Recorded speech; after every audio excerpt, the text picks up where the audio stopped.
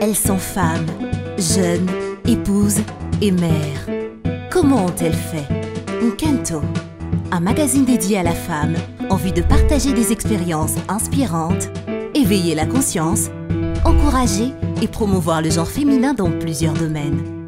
Nkento, nos étoiles brillantes.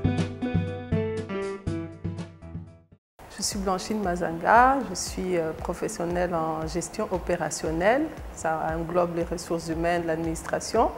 Je suis autrement aussi prédicatrice, servante de Dieu, responsable d'un ministère pour les femmes. Et je suis aussi entrepreneur dans le domaine du renforcement des capacités.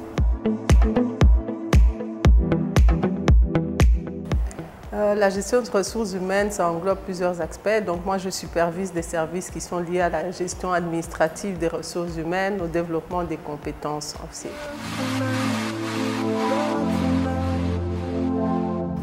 Le domaine de gestion de ressources humaines, heureusement, je travaille dans des multinationales parce que sinon, au Congo, on n'a pas vraiment d'université qui nous spécialise à la gestion des ressources humaines parce que la gestion de ressources humaines, comme j'ai dit, elle est vaste. Donc, vous devez être spécialisé dans les différents domaines de gestion de ressources humaines. Donc, c'était ça la difficulté de pouvoir être à jour par rapport aux compétences requises à mon poste.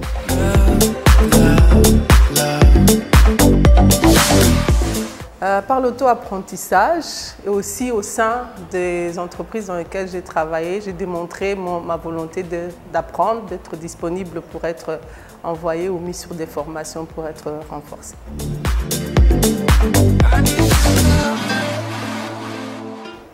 Je suis passionnée de la gestion des ressources humaines parce que je suis passionnée du capital humain. Et c'est même dans le cadre de la prédication, de l'exercice du ministère de l'entrepreneuriat. J'aime les gens et j'aime accompagner les gens à se développer. Et donc ça englobe tout ça en fait dans la gestion des ressources humaines, si on peut dire ça.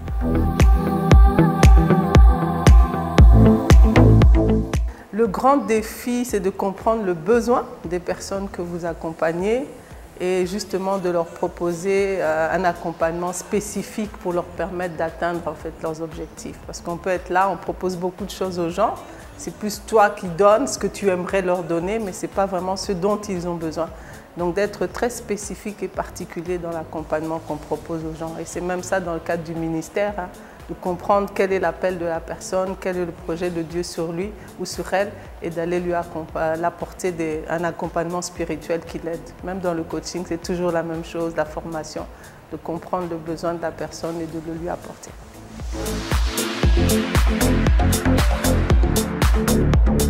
Ma plus belle réussite, je dirais, c'est de transposer toute mon expérience professionnelle et de créer une entreprise qui rassemble toutes ces expériences humaines, expériences professionnelles. Parce que depuis 2011, j'ai créé mon entreprise qui prend en fait tout ce que j'ai rencontré dans mon parcours professionnel, tout ce que j'ai rencontré dans la vie, et je l'ai disposé dans des services de coaching, de formation, de mentor justement, pour mettre au service des autres ce que j'ai pu acquérir comme expérience, expertise, connaissance et juste flair de la vie, on va dire ça comme ça.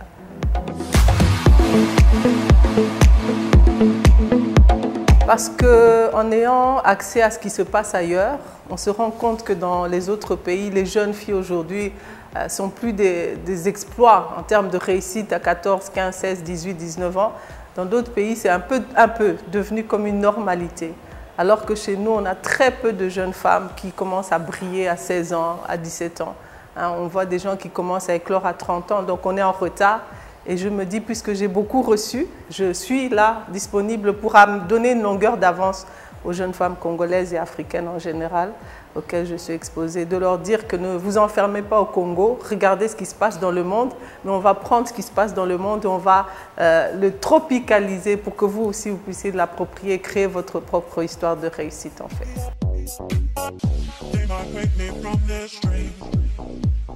Exactement, parce que moi je suis dans la gestion des ressources humaines. Ça veut dire aussi d'être dans la connaissance des données liées aux compétences et aux expertises, au capital humain. Et ce sont vraiment les femmes qui se développent plus facilement en entreprise quand elles prennent conscience. Malheureusement, quand elles ne prennent pas conscience, elles s'enferment dans des positions et puis il y a toute la dimension Parce qu'aujourd'hui, les hommes cherchent des femmes dynamiques. Vous connaissez toute la politique des candidatures féminines, mais malheureusement, il y a très peu de femmes qui sont prêtes à se dire « je suis là pour un projet, je suis là pour ce poste, je suis prête pour cette promotion ». Et c'est ça la grande difficulté. On parle du plafond de verre, etc. Mais aujourd'hui, les femmes ont plus d'opportunités, mais malheureusement, elles ne vont pas oser faire le marketing de soi, être battante, résiliente, déterminée. Il y a un petit nombre, mais le grand nombre est juste, bon, je reste là tant que j'ai mon salaire, c'est bon. Ce matin, je réfléchissais à ça parce que je faisais du sport, je fais du fitness, un peu de sport, et je me rends compte que pour tenir pour un exercice d'une minute, une minute, ça peut prendre 10 ans. Vous avez conscience de la notion du temps quand vous faites du sport séquencé. Vous voyez, quand vous êtes assis ici, une minute, ça passe vite. Mais quand vous faites du sport et l'exercice prend une minute, une seconde, vous vous rendez compte que c'est longtemps. Donc en fait, 24 heures, c'est beaucoup pour quelqu'un qui est structuré, qui est organisé, qui connaît ses priorités. Et c'est ça en fait avec moi. Je sais exactement ce que je dois faire, pourquoi je le fais et ce que je dois amener comme énergie, comme autre élément pour pouvoir y arriver. Mais je sais aussi m'appuyer sur les autres ressources. Je sais m'accompagner des personnes qui peuvent me donner un avantage pour gagner du temps, en fait. L'émancipation. Oui, l'émancipation, c'est plus de réfléchir de qui et de quoi. Parce que comme je l'ai dit, même si l'homme, la société crée un environnement favorable pour l'émancipation, si la femme ne s'émancipe pas elle-même de ses propres peurs, de ses propres doutes, on peut créer tout l'environnement favorable, mais il n'y aura rien qui se fera. Et je le vois dans le ministère de femmes, par exemple, que je dirige. Beaucoup de femmes qui arrivent dans ce ministère se plaignent que dans leurs églises, elles ne sont pas accompagnées, etc. Mais lorsque nous, on leur propose cet accompagnement, elles continuent avec le même type de comportement, de laisser aller, de nonchalance, etc. Donc au final, l'émancipation, c'est dire à la société, donnez-nous une chance de démontrer que nous avons de quoi apporter, mais c'est à nous-mêmes aussi de s'émanciper de nos propres peurs et de nos propres doutes, de nos propres limitations. Je pense qu'une femme qui s'est émancipée d'elle-même, de ce que la société disait d'elle, va aussi s'émanciper de tous les plafonds de verre, des blocages religieux, etc. C'est plus facile.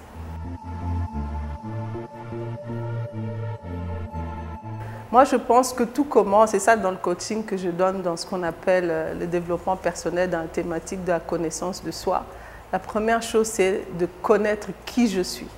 Il faut que les gens, à un moment, les jeunes filles s'asseyent avec elles-mêmes et commencent à se poser la question « qui je suis ?» Qui je suis. Même c'est la question que Jésus a posée à ses disciples « qui je suis ?» C'est la question existentialiste qu'on a dans toutes les philosophies du monde. Donc la première chose, la jeune fille doit se dire « qui je suis ?»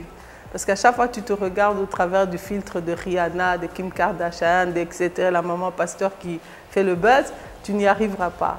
De se regarder en soi-même, et c'est là où moi j'ai commencé mon voyage. Je me suis regardée à l'intérieur de moi-même, sous le regard de Dieu. Et après, j'ai cherché s'il y avait des références autour de moi qui étaient comme moi, mais qui avaient déjà réussi. Et j'ai commencé à suivre ces modèles. Oui, la citation d'Hillary Clinton, qui dit que les femmes est le réservoir le moins exploité du monde. Donc il y a tellement de potentiel, tellement de possibilités que les communautés, les nations, les organisations n'ont pas encore accédé juste parce qu'ils ne sont pas très engagés ou pas suffisamment engagés à aller chercher ce potentiel dans ce réservoir qu'est la femme en fait. Et la femme elle-même aussi, qui est sous-exploitée parce qu'elle-même aussi ne fait pas le travail d'aller découvrir ce qu'elle a à offrir au monde.